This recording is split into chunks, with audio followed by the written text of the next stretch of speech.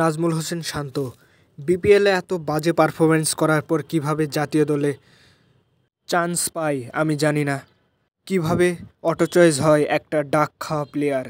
মুশফিকুর রহিম হচ্ছে অভিজ্ঞ, সব দোষ তার ঘাড়ে এবং মাহমুদুল্লাহর ঘাড়ে দিয়ে দিচ্ছে নাজমুল হোসেন শান্ত। মুশফিক এবং মাহমুদুল্লাহর যথেষ্ট বয়স হয়ে গেছে, তাদের অবসর নেওয়া উচিত আমি মনে করি। মুশফিক এবং মাহমুদুল্লাহ কি করবে? এরা বুড়ো বয়স্ক, এদের কাছে থেকে এটাই আশা করা উচিত। কিন্তু এই নাজমুল হোসেন শান্ত কীভাবে জাতীয় দলে আসে? এর বদলে সাব্বির রহমানকে নেওয়া উচিত বলে আমি মনে করি। নির্বাচকদের দৃষ্টি আকর্ষণ করছি, শান্তকে কেন ন্যাশনাল টিম থেকে ছিটে ফেলে দেওয়া হচ্ছে না? বাস রেডি করে রাখছি, নাজমুল হোসেন শান্তর পিছন দিয়ে ঢুকে দেব।